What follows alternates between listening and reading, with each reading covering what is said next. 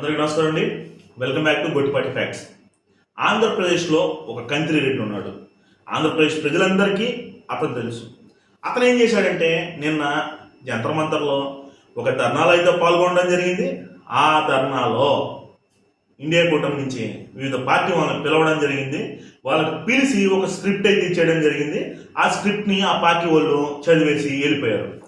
ఆ పార్టీ వాళ్ళందరికీ నేను ఈరోజు సూటిగా ఒక ప్రశ్న అడుగుతున్నా, మీరు కనుక ఆంధ్రప్రదేశ్కి రండి, వచ్చి ఇక్కడ ఆంధ్రప్రదేశ్ ప్రజలు 2024లో కొత్త కూటమి ప్రభుత్వం ఏర్పడిన తర్వాత ఎలా ఉన్నారో కనుక్కొని వాళ్ళు ఏం చెప్తారో అది ప్రెస్ ముందు మాట్లాడండి అని చెప్పి నేను ఆ ఇండియా కూటమి పార్టీ నేతలకైతే సూచన అయితే ఇస్తున్నా.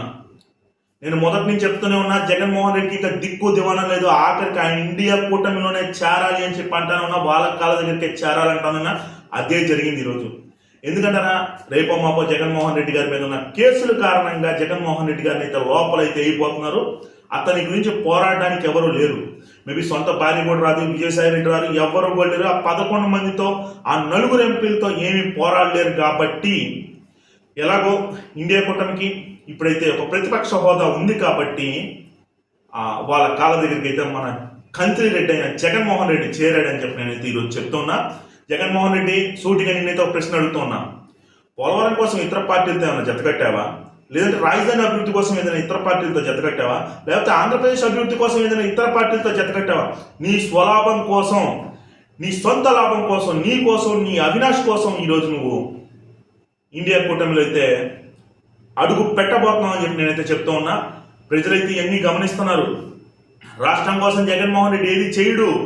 ఎందుకంటారా, ఒక మంచి బడ్జెట్ ఇచ్చింది ఇప్పుడు కేంద్ర ప్రభుత్వం. దాన్ని బయటకు వినిపించకూడదు అని చెప్పి ఈ మైండ్ డైవర్టింగ్ పాలిటిక్స్ అయితే జగన్మోహన్ రెడ్డి స్టార్ట్ చేశాడు.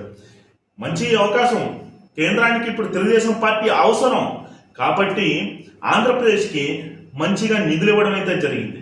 ఏదైతే రాజధాని అభివృద్ధి కోసం ఇచ్చిందో, ఏదైతే స్టీల్ ప్లాంట్ కోసం ఇచ్చిందో, ఏదైతే పోలవరం తొందరగా పూర్తి చేస్తామని ఇచ్చిందో, ఇవన్నీ కూడా ప్రజలు చాలా ఆనందించారు.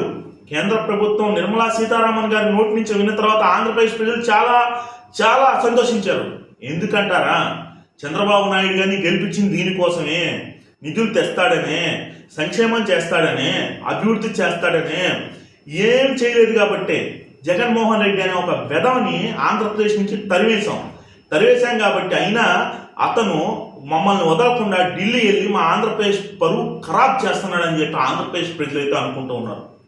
ఆంధ్రప్రదేశ్ ప్రజలారా, కొంతమంది అయితే ఉన్నారు ఇప్పటికీ మా జగన్ అనుకుంటున్నారు. పక్కటి వేషగాలు పండగలు అప్పుడే వస్తారు. మన జగన్మోహన్ రెడ్డి ప్రతిపక్షంలో ఉన్నప్పుడే మీడియాలో కనిపిస్తూ ఉంటాడు, ప్రజలకు దగ్గరగా ఉంటాడు. ఇలాంటి జిమ్మిక్కులకి బంపికులకి మీరైతే పడిపోమాకండి. జగన్మోహన్ రెడ్డిని ఈసారి ఏదైతే 2029లో ఎలక్షన్స్ ఉంటాయో ఆ ఎలక్షన్స్లో 11 సీట్ల కన్నా ఇంకా తక్కువకి చెయ్యాలి అని చెప్పి నేనైతే అందరినీ మనస్ఫూర్తిగా కోరుకుంటూ ఉన్నాను.